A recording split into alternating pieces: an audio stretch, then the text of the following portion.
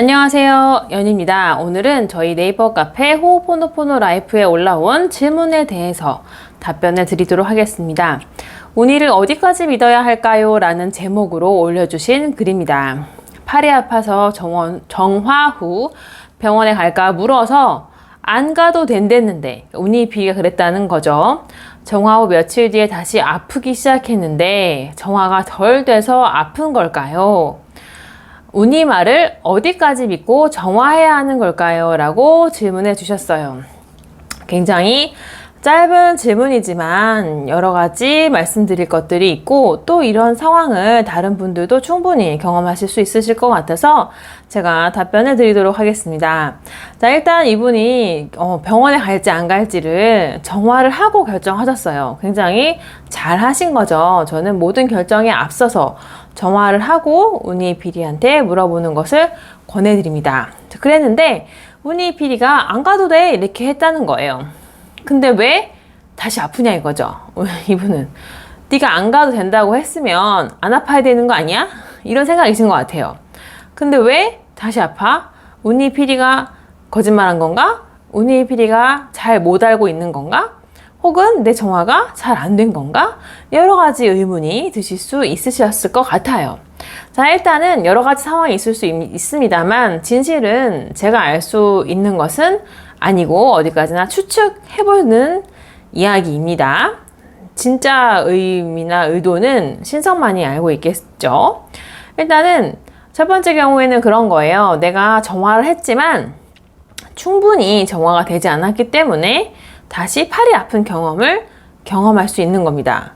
그러니까 이런 경우에는 또 다시 팔이 아프네? 내 안에 어떤 기억이 이런 팔을 아프게 할까? 이런 경험을 하게 할까?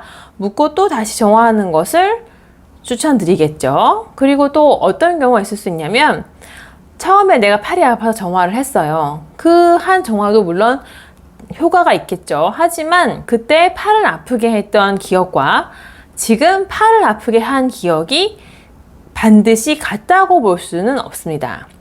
우리가 같은 현상으로 나타나도 그 이면에 원인이 되는 기억은 굉장히 여러 가지가 있을 수 있고 또 굉장히 많은 기억이 있을 수가 있거든요. 그래서 그때 정화한 기억은 지워져서 팔이 며칠 뒤에 안 아팠어요. 근데 다시 또 다른 정화의 기억이 나타났으니까 다시 며칠 뒤에 정화를 했지만 새로운 기억으로 내가 아플 수도 있는 거죠.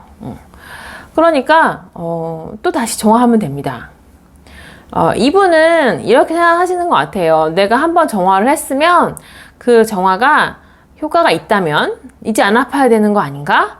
라고 생각을 하셨던 것 같아요. 그래서 정화를 했는데 왜 아프냐? 이상하다. 라는 게 전제로 깔려 있는 것 같습니다. 하지만 정화는 일회성으로 이루어지는 것이 아닙니다. 정화는 계속해서 이루어져야 하는 라이프 스타일인 것이죠. 그렇기 때문에 그때 아팠던 지금 아프던 그냥 아프다는 것을 내가 느끼고 정화를 해야겠다고 필요성을 인지했으면 정화를 계속 하시는 거고 정화를 하다 보니까 저번에는 안 가도 될 것 같았는데 오늘 아픈 거는 병원에 가야 하는 것 같다라고 운이 PD가 얘기해주면 그럼 오늘 병원에 가면 되는 거죠. 네.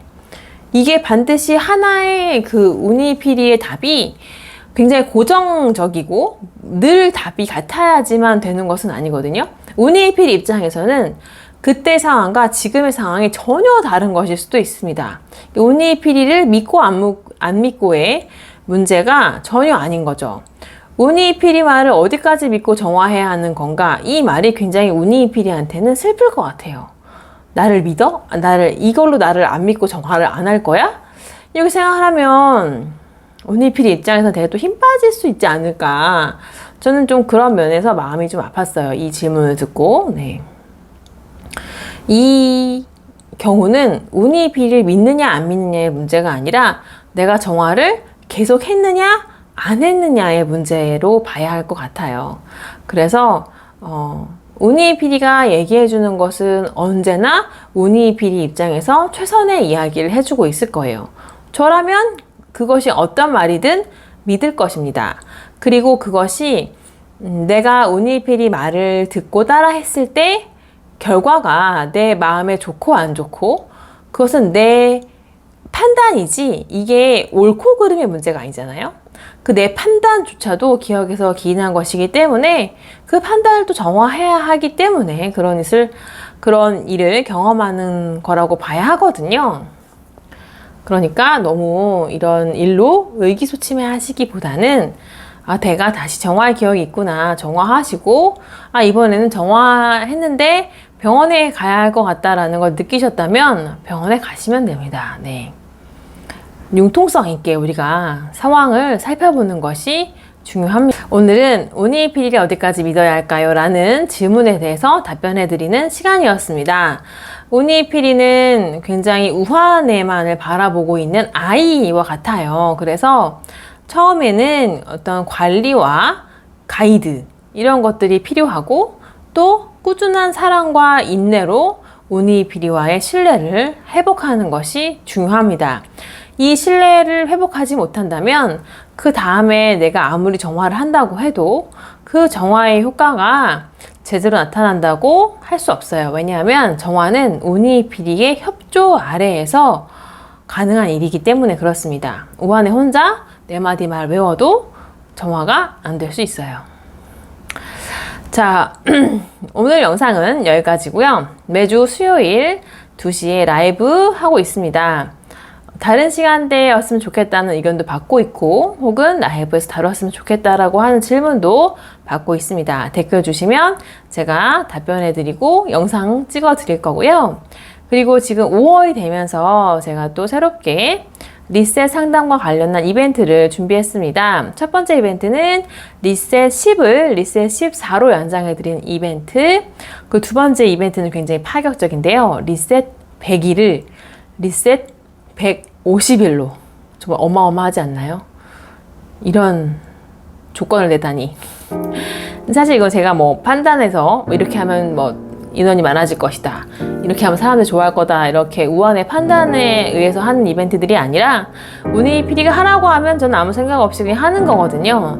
저처럼 무한한 신뢰로 운이피리를 대하면 좋을 것 같습니다. 네. 필요하신 분께 도움이 되길 바라면서 오늘 영상은 여기까지 하겠습니다. 고맙습니다. 알로하.